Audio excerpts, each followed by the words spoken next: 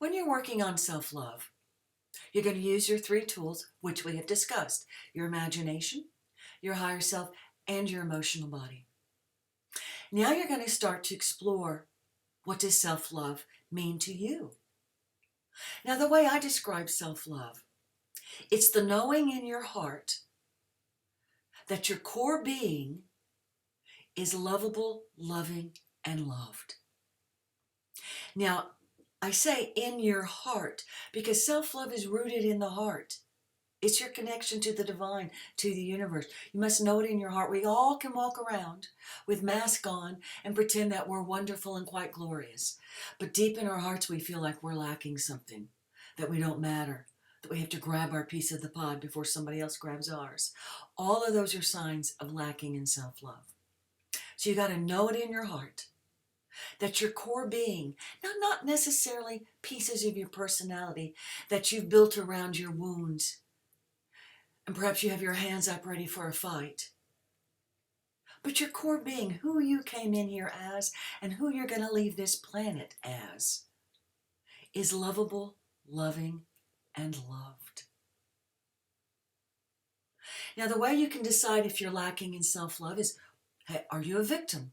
Because if you're a victim, you're lacking in self-love. Are you a bully? Well, if you're a bully, you're lacking in self-love. You see, the victim and the bully are the same coin, just the opposite side of the coin. Do you people please? Do you do things to make people feel safe and loved so that they'll let you feel safe and love? There are many ways to decide that you're lacking in self-love. You need to ask yourself the questions.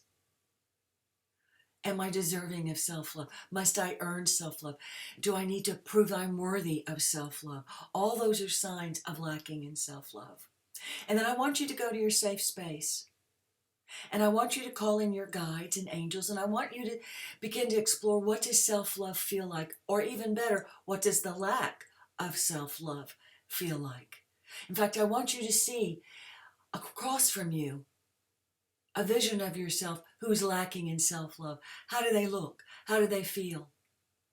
How do they respond to you? Begin to understand how your lack of self-love has impacted your life. You've got to have self-love.